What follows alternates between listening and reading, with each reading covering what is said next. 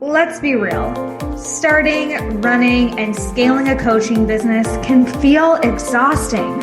I mean, you've got the marketing, the hustling, the selling, all that stuff you didn't realize you would need to master when you decided to start a coaching business. For anything like me, you started your coaching business to change the world, to improve the lives of others while improving your own. Well, the truth is, running a business doesn't have to be as hard as many of us have made it out to seem.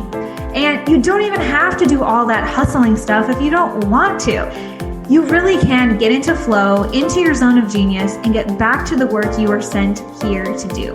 But you have to ask for help. You have to be willing to work in new ways. You have to be willing to open up your mind to mentors who might be doing it differently than you've ever considered. And you have to be willing to actually implement new ways of thinking and running your business. If you're up for that, stay tuned. I'm Hannah Hermanson, your certified coach, international speaker, author, and yes, the founder of Dream Life is Real Life and the host of this show. And I've been able to help hundreds of coaches build, scale, and enjoy their online businesses. Essentially, make their dream life their real life. And if you'd like help improving your business life and get your coaching business to the next level, we might be able to help you. Head on over to dreamlifeisreallife.com/show to get all the resources and episodes that we talk about in this community. You can join our Facebook community, you can find me on Instagram, but more importantly, if you're really ready to integrate what you learn here today and on other episodes, then you'll be able to set up a complimentary 10-minute chat with my team. Again, at dreamlifeisreallife.com/show, no strings attached. We love getting to know you and seeing what are the right next moves for you. But now let's get on to the show. In this podcast, you'll find the real people, concrete tactics, and weekly motivation and inspiration to make your dream life and business real. I started this podcast to bring you the role models that I never had. We talk to successful entrepreneurs, freedom seekers, business owners, and people living life on their own terms. To be a true leader, to create the legacy you desire, and to live in alignment, you need a tribe lifting you up. And I've made it my mission to be your tribe, to bring them to your ears at least, because after all, we are all in this together. Now, let's cue the music. Hey everyone, today we have the pleasure of hanging out with Jossie Morrison. Jossie is a name, she's not a brand name, but she names brands. So she is a brand naming strategy and language expert and the founder of the brand Bulb. After being fed up with corporate life, she launched the brand Bulb 2 years ago to offer proven strategies, positive creative coaching, and practical courses to startups whose budgets and creative confidence might not be as big as their ideas. She firmly believes that small businesses and startups are making our worlds better, and they're necessary for us to be in a caring and creative environment. So she's here to help us today, as well as startups and small business owners light up the world with their bright ideas. I love that. Thank you. Hi, it's great to be here, Hannah. Thank you for having me. Yeah, and I think this is such a interesting topic. When, we think about branding, there are so many misconceptions and different ideas of what branding is or what makes up a brand. And I think the work that you do with startups and small businesses is really foundational. And it's not necessarily the font or the logo or the, what you're going to wear in your photo shoot, but it sounds like it's more foundational of really pulling out the essence and being able to communicate visually and verbally what it is your ideas are about and who they're for.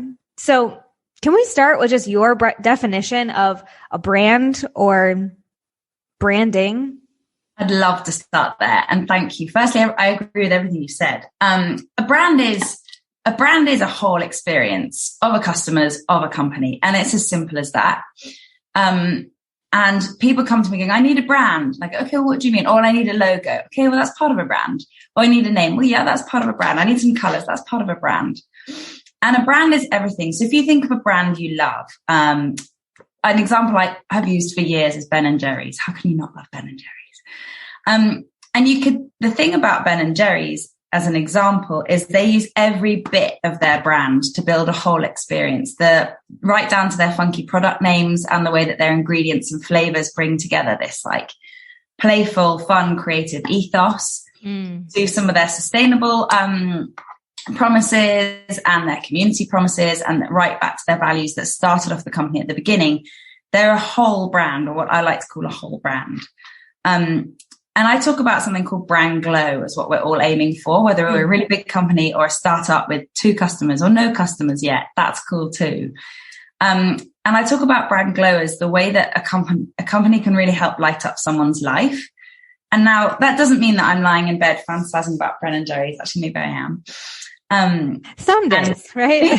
After 11 months in quarantine, I might have been there. Yeah. Yeah, me too. But what I mean is the way that a brand can just make you feel good. And that can simply mean that you feel that you've spent your money in a smart way and got what you wanted. As simple as that, because not all brands are in the joyous category of ice cream. But it can also mean the way that a brand glows to the extent that you might recommend it to your friend, or that you feel part of a club or a community or something bigger. And I think that I'm really happy that over the last 10, 15, 20 years, the concept of brand has become a big deal. Everyone thinks and understands I need a brand, not just a business. But I think that's become an issue for many startups and entrepreneurs out there, because it's become a scary concept. It's become an expensive one. And I've had way too many people come to me with great ideas for really cool businesses that are going to make the world better, whether it's because they've got a really cool purpose or just because they're really fun and have the customer at their heart, who say, oh, well, I don't know where to start because I'm not very creative, or I'm not very creative and I don't know what language to use.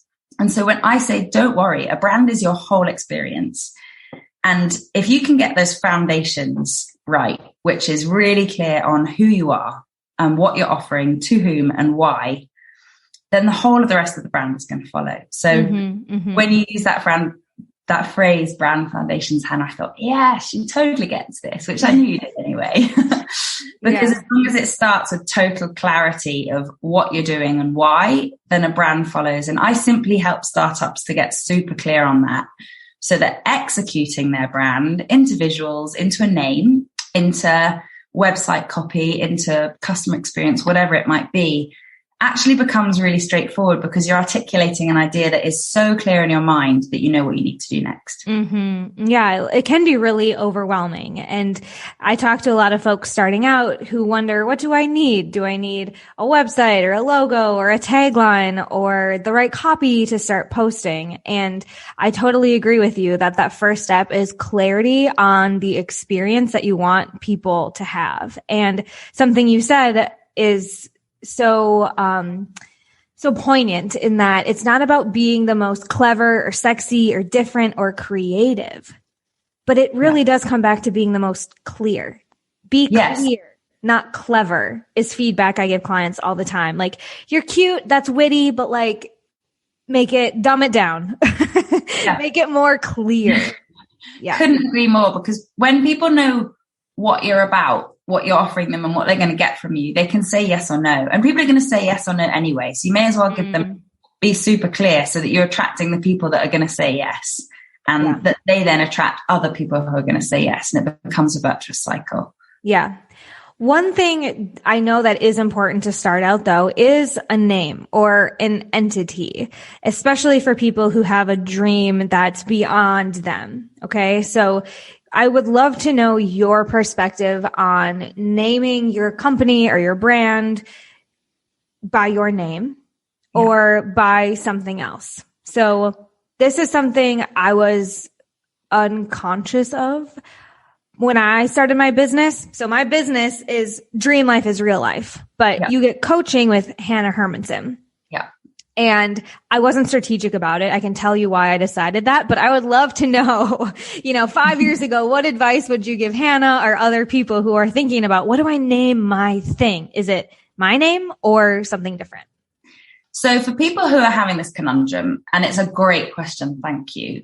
Those people are probably facing a situation where they are the product or the service deliverer, where their face, like you, in one-to-one services and coaching and that side of things, are what they're selling, maybe alongside other things, but where that personal focus is them. As opposed to, say, if you're launching a cereal packet, you're probably not going to put your name on the front because it's a product, like a product in a box, if that makes sense.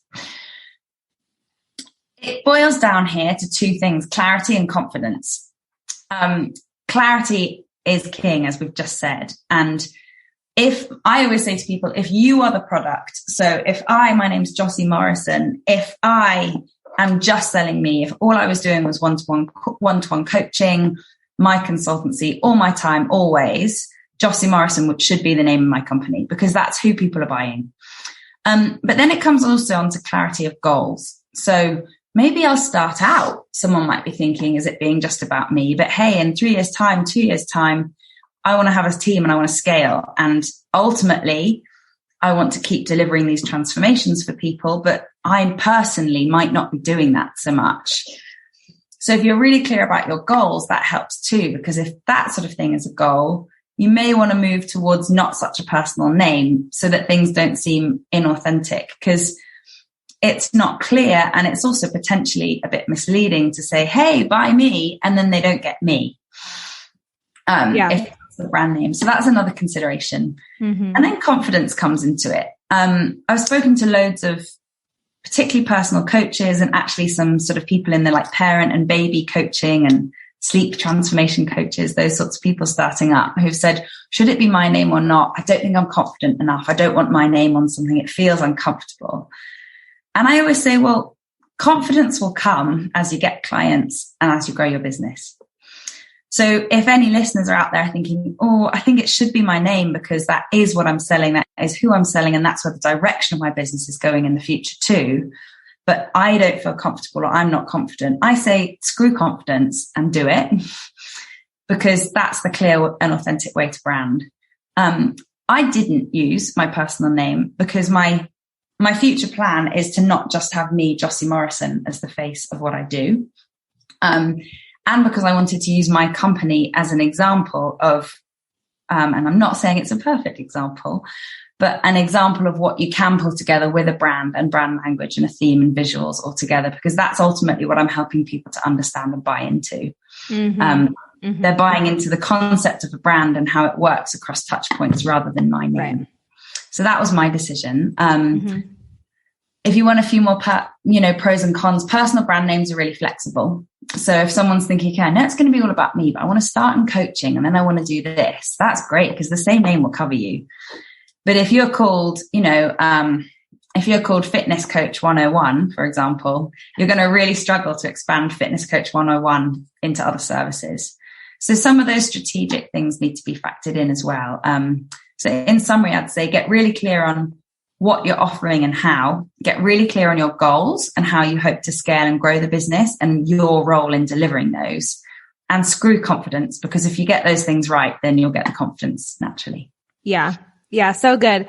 I actually took a sort of, perpendicular approach, because I chose to name my thing Dream Life is Real Life, because I didn't want to just be like Coach Hannah or like mindset coach or business coach. I knew this was going to evolve, and like Dream Life is Real Life was like my mission, and whatever work I do in the next however many decades, like can fit under this.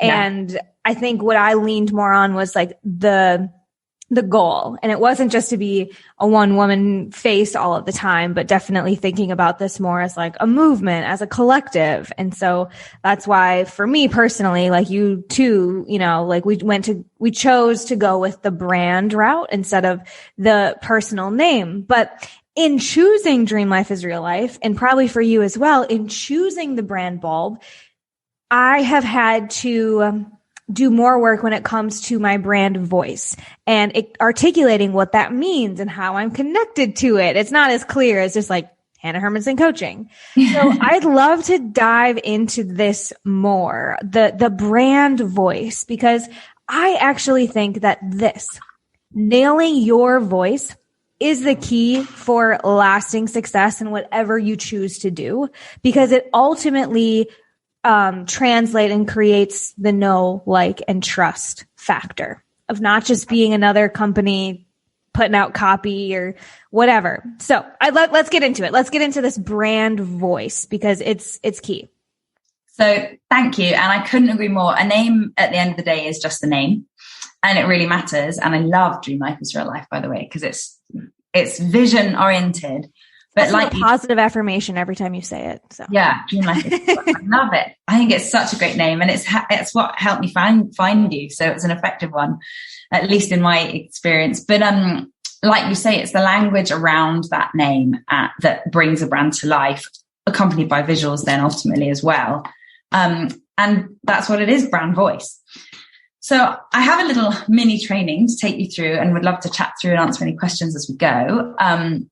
Because actually you can create your own brand voice in 5 easy steps. And you do not have to be a copywriter to create awesome content for your brand. That's the number one myth I want to bust, because when I was first starting out on my own, I was like, great, these people want me to create their brand language for them. I'm getting paid to write for people's brands. And I just thought that was a win, until I realized that wasn't an end goal, because actually you can write a bit of content, but that business owner is in exactly the same space of not feeling like they can do it for themselves. Which, if you're starting up and looking to create your dream life, you need to feel like you can write the content for your own brand. So to create your brand voice, or tone of voice, however you want to call it, first of all, start with your brand's values.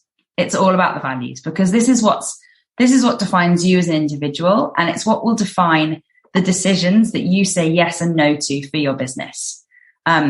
So values aren't just, integrity, honesty, authenticity to slap on the front of a website, make it look like you're a really good person. Values are those things that you live and die by as a person in your business. So I want to say something about values, because it's so important to have them and to lean into them, like you said, for making decisions in your business. And in some ways, they make you polarizing, which is a good thing. Yeah. So I think about this as like stores. Okay. I don't know if people like Home Depot, let's use Home Depot and Target. I think most people understand this, right? Like Home Depot has the value of like, you come in and you do it yourself and builds from the ground up, and it's orange and easy. And, we're all smiley and working hard here. And then Target is like, oh, but you need a few other things. And but also while you're getting diapers, get a shirt too. And there's more of this, it's a totally different experience. Totally. You don't go to Target when you're looking for a 2x4. And you don't want people who are looking for 2x4s to come to your brand.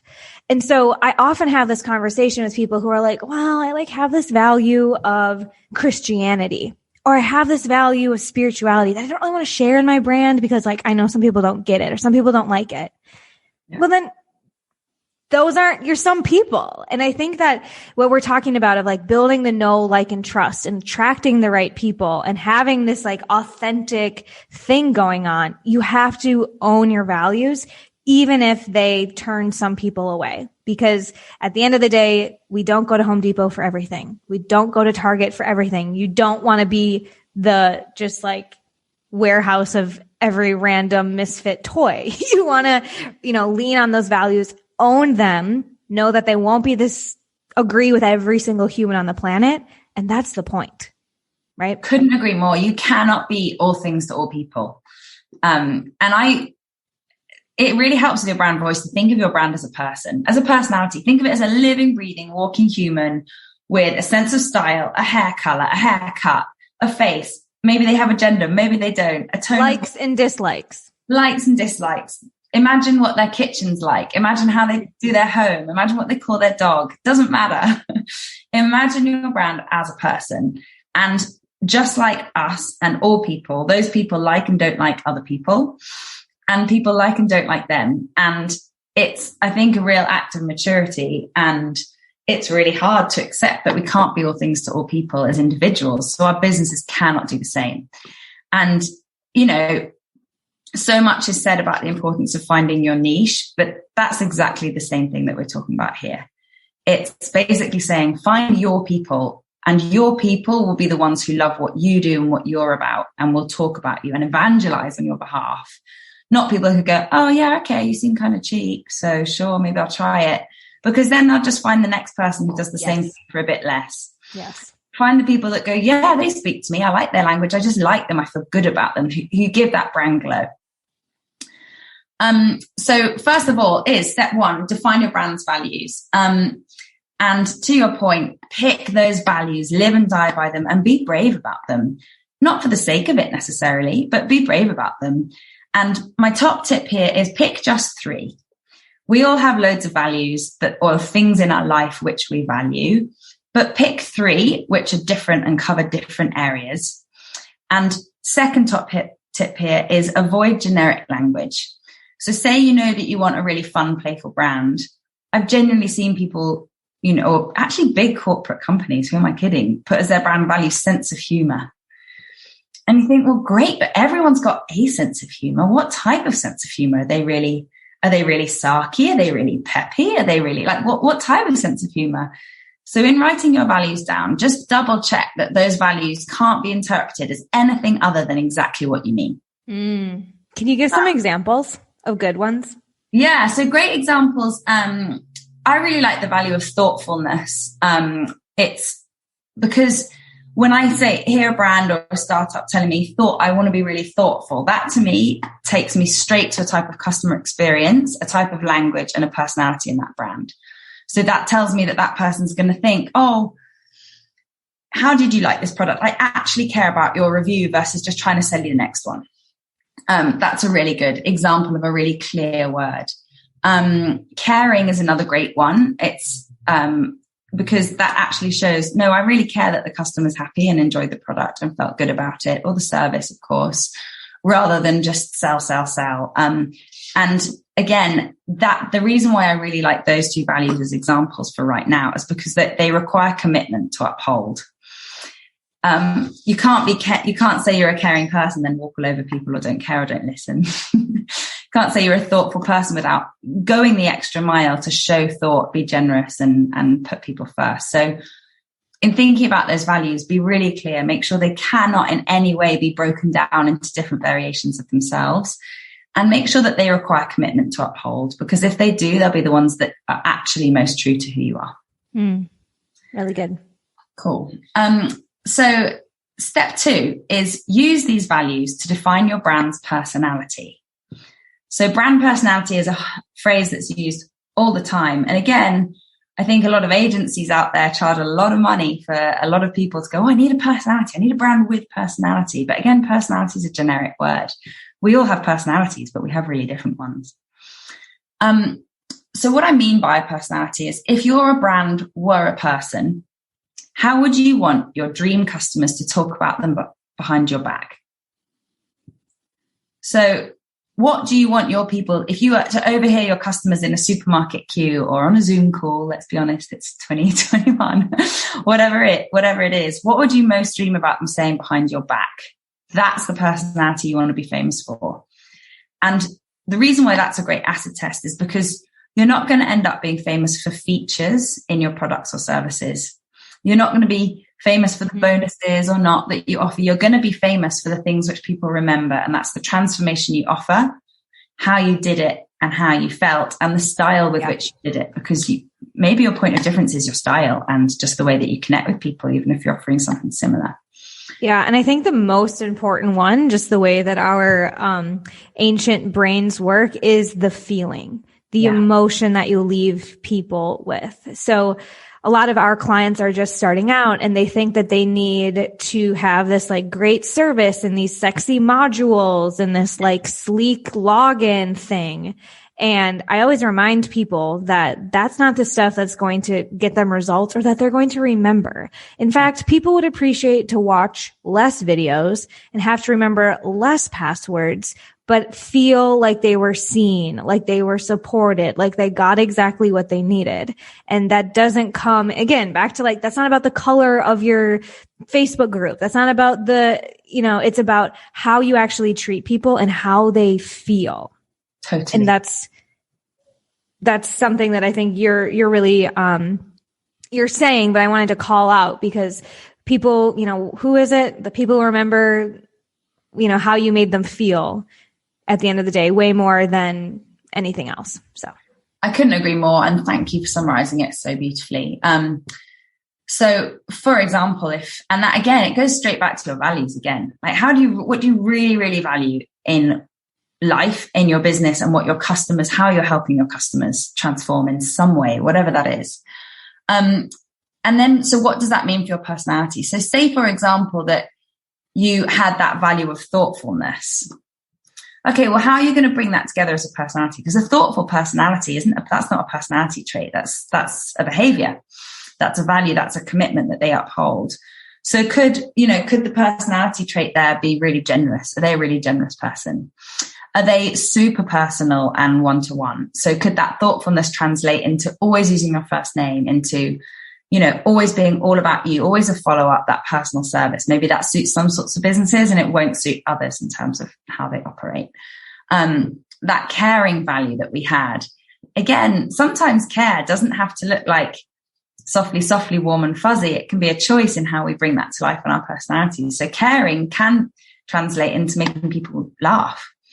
It can be about myth busting. So, a brand personality trait that fits with caring can surprisingly sometimes be like, myth busting or provocative, because it's tapping into those things which people might not be able to articulate for themselves, or feeling uneasy or unconfident about, that sort of thing.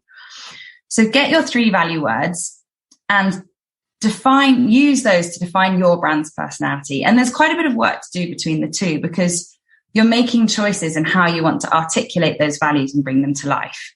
Because like we say, you can be caring in a number of different ways. This is when you choose how you want to do your caringness, or whatever it may be. Once you've got those, say you've got 3 words again, pick just 3, please stick to just 3, because there's only so much that one sentence or a name or website copy can do at the same time. It's that whole world. Step 3 is to then make a list, a nice, easy, bullet pointed list of all the language tools that you actually need to create. So get really, really practical about it here is my next step for people, because I need website copy is what people come to me with, or help, I need a brand voice and I don't know where to start. I go, okay, well, let's break it down. Do you have a name? Yes or no? Do you need or want a tagline? Yes or no? So those are going on the list or not. Do they maybe if they're having a website, which they probably will, do they need an about section? Okay, well, that's something to go on the list. Do they need product or course names? Do they need to name their packages? Okay, well, that's something on the list. So get really nitty gritty about what you need to create language for. Mm-hmm. And I would also add your content strategy. So, I encourage most people to just start with one platform, whether it's Facebook, LinkedIn, Instagram, Clubhouse, TikTok, name your flavor. But, that takes its own type of voice and deliverables and, add it to the list is what I'm saying. I think that's brilliant advice as well. Like you say, I think it's brilliant advice, Hannah, there to say, pick one channel and do it well, get good at it, get confident, and then think about how you can adapt and scale. And also I always encourage people to include their automated messages in that list as well. So how do they say thank you for signing up? How do they say, oh, left something in your basket, or you didn't sign up? How do they ask for feedback? How are you doing T's and C's? All those automated messages, which we all have to a different degree, double check those as well, because people read those and they go to people's inboxes, which are private, high engagement spaces. So put those on the list and make sure that, and sometimes people like to start there too. That's another top tip, which is maybe writing website copy is really scary for someone starting out because they don't consider themselves like a natural wordsmith. But actually, they probably could take a stock thank you email and adapt that into their brand language as a great place to start and sort of start flexing their brand voice muscles. So, for example, if say you're Ben & Jerry's and say your 3 personality words have come out to be playful, generous and bold, that's your brand voice brief, your 3 personality words. So take playful, generous and bold, go online, find a stock thank you email and practice. That's step 4. Practice, practice, practice. You know, instead of saying, thank you very much for your custom, we appreciate your business, goodbye. Standard email, which we've all received hundreds of times from online shopping or whatever. Okay, let's pretend we're Ben and Jerry's now, or better, pretend we're our own brand. How do we adapt that to be playful, generous and bold, careful, caring, thoughtful, or whatever it may be? Take the stock phrases and start there for a brand voice, because we don't have to start with that blank, terrifying cursor at the top of a page and not knowing where to begin or what our first sentence should be. We can start by adapting content that's already out there and making it our own. Yeah, and there's a reason why there are certain places you choose to shop or you subscribe to certain emails. And one of the like another way to say it, or an assignment that I give clients, is to go out into their inbox and into influencers that they appreciate or that they follow and put on the lens of a market researcher. Instead of being a consumer, like, oh, she sends me this every Sunday. Oh, this is so cute. Oh, I love this picture. Change the lens to why you stop the scroll, what you like about it, why you keep opening it. And oftentimes it is those little personal touches that they use language that you appreciate, that they sign off with, XOXO or something like that. And those little things are what we're talking about. Like, that's the personality. And if you want to be the personality of like the 90s template email, you have been unsubscribed. Okay. That would be a value. But so often, quick case study, like you're talking about Ben and Jerry's, and then I want to get back to this process, but just to underscore the importance and how nuanced it can be, but how powerful this is. I subscribe to, all the food delivery things like DoorDash, Grubhub. I can't even keep Postmates. I can't even keep them all straight. Uber Eats. There's so many now, right? But I subscribe because sometimes we get like discounts. And so I have all these emails, but this week I decided I need to clear these out. We're not doing that anymore. I need to clear out all the stuff I subscribe to. So I go to Postmates, and I never remembered which was which, but now I remember Postmates. I go to unsubscribe. They have this like old school emoji that starts like crying and saying, "We are so sad to see you go. This is where you can find us in the future." And I was like, well, Postmates is top of my mind because I just made that connection, and that emoji was totally entertaining as opposed to like, give us the reason. Are you sure you want to unsubscribe? It's like, give me some entertainment.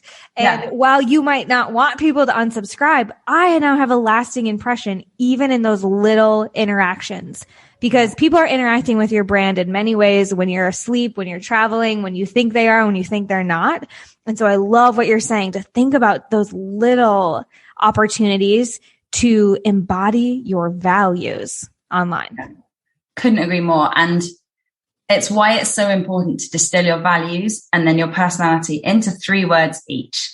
Because if you have a great big list of things that you're trying to achieve with everything you're going to write, you're going to end up doing that vanilla copy that means nothing to everyone and means something to no one.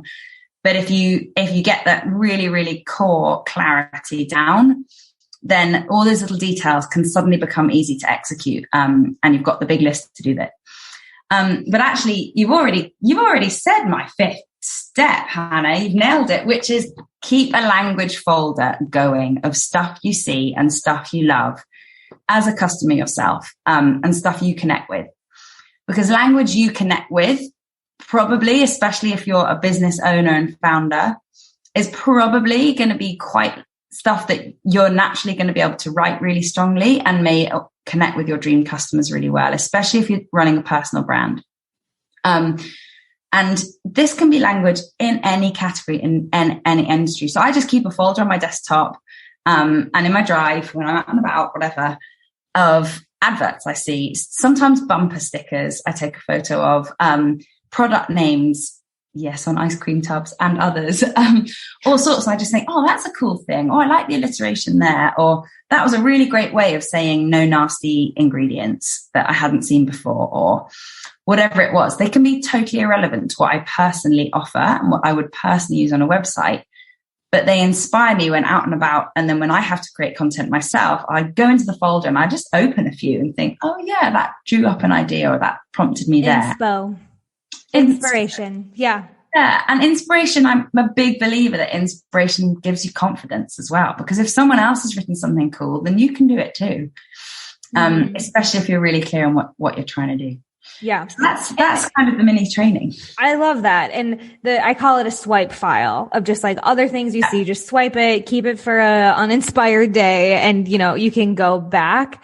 And I think it's a really healthy relationship with social media, especially for those of us who are on there a lot, using it for business, know we can connect with people, but sometimes get caught in that like imposter syndrome or comparison mode or just like digital overwhelm. When you decide that you are a market researcher, as opposed to just a consumer who's clicking and sucked into different things, but like you're studying this like a marketer, like a psychologist that you need to be as a business owner, it totally transformed my relationship with social. Not that I was like being sucked into it and it was controlling my mind, but like, oh, like this is really valuable data that I can use to create and not just consume. I agree. And it switches that feeling of intimidation of comparison of yourself to other people to being inspired by them.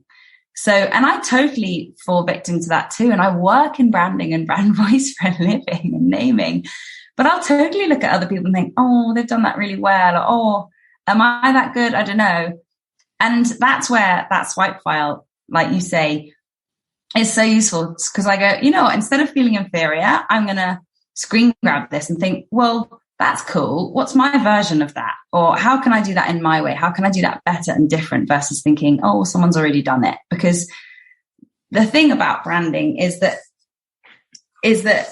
new and original ideas are actually new and original ways of doing your own thing in your own way. It doesn't mean that you have to come up with a name and a way of saying something that no one ever has. It definitely means never copying what people do, because obviously that's not authentic and not legal. But it means having the confidence to see someone else's stuff and go, cool, I know what my version of that is. I know what's right for me and my customers and my values and personality, rather than trying to be all things to all people. Because when startups have that confidence in what their brand is all about, I see an instant switch in entrepreneurs I work with from thinking, oh, well, I want to do that, and I want to do that, and I want to do that, to going, no, I'm not all things to all people. Back to your comment right at the beginning, because they've got that confidence not to get sucked down the social hole, and instead, like you say, look at it as a researcher and learn. Mm-hmm. Really good. Really good. Amazing. So will you quickly run us through the 5 steps for folks who might have been taking notes and want to make sure they have the right things headlined here? I would love to. I've got 5 steps, and I'll give some final top tips too. So the 5 steps. Number 1, get your 3 brand values super clear, and remember that they are words you can commit to as yes or no guides for running your business. Number 2, translate those values into your brand personality words. That's your brief for your language and your visuals. Stop there. Don't think any further about a brief. You've got 3 really powerful words for execution from your personality. Number 3, write a list of all the content you need to create. It might be a really long list, but writing that list will help you go from overwhelm of, I need to create loads of content, to getting really structured about what you need to create and when, and prioritizing it. And include those little bits, include product names, Insta bios, automated emails, include all those different bits. Then number 4 is start writing your first draft, picking 3 different bits first. And if you're really stuck or not a natural writer, pick some automated bits. Pick bits which are already templated that you can adapt into your brand voice and get confidence there, and understanding almost what's not your brand voice, and therefore how you change something to turning it into your brand voice. And then step number 5 is an ongoing thing of keeping that folder or swipe file of all the stuff you get inspired by, which helps to create your own language. And then my top tips to just end up with is, in some ways I shouldn't be saying this, because people do come to me for brand language, but don't outsource your copywriting in the early days if you're a startup. Because you need to create an awesome brand voice, which ultimately, when you grow and scale, you can then delegate. But if you're not clear on your brand voice yourself as a starter and founder, it's going to be startup and founder, it's going to be really hard for someone else to get it. And you risk being not in control of your own brand voice, which if you're a personal brand, a coach and dealing one-to-one with people is so important that it's all joining up in how you speak and how you write. And then number 2 is your point, Hannah, about being a researcher. So ask for feedback, but ask for feedback from your target market. So not the people who are supposed to be at Home Depot, right? Not the people who are meant to be with other people who aren't your target market. So your friends and family are brilliant, but if they're not your target market, don't worry too much about their opinion of your language, because they're not the people who you need it to resonate with. Find some people who you do and ask for their opinions. Find some old clients who are always, in my experience, always willing to help or share an opinion. Maybe you could give them an extra help of something back, but ask the people who you need to connect with for their response. Don't ask just anyone. And finally, we said it right at the beginning, think clear over clever. Always think clear over clever, and you can't go wrong. Oh, so good. I love that pretty bow and such a useful package of, really thinking about either launching your brand or scaling, or really just improving it, right? I think a lot of what we said today sounds like, oh, it's the very beginning. You're going to name it. Oh, you're going to start this thing. But branding is an evolution. And whether you've been in business for 5 minutes or 5 years, these are definitely things that you want to be aware of, mindful of, and put some strategy behind cleaning up or improving. So good. This is one that I will definitely be sending people back to for, many months to come in the future. And I'm curious, as people are listening to this, revisiting this, taking notes on this, how can they continue the conversation with you, Jossie? Thank you for asking. So follow me on Instagram. It's the Brand Bulb 1. At Instagram, and on Facebook, we are the Brand Bulb. So follow me there. That would be great. Amazing. DM me, send me a message. I have an endless appetite for helping startups create the brand they dream of and turn their big ideas into something that will do them justice. And check out my website too, www.thebrandbulb.com, where what we offer, there's a brand naming course and various toolkits as well to help get you started and get you clear. It's all there. Really good. Thebrandbulb.com. Thank you so much, Jossie, for all of this wonderful insight and tactical knowledge today. Friends, I will be back next week with another inspiring guest that will help you make your dream life your real life. That's right, friends. That'll do it for our show today. But remember, if you're really ready to implement and take these ideas into action, then hop on over to dreamlifeisreallife.com/show, and you can access all of the resources we talked about, and more importantly, set up a complimentary 10-minute phone call with my team so that we can help you get clarity and some concrete action steps in place, so this doesn't just become another one of those feel-good moments, but an opportunity to actually make a change in your life and business, because all good things come in action. So we'll see you over there at dreamlifeisreallife.com/show, and next week here on the show.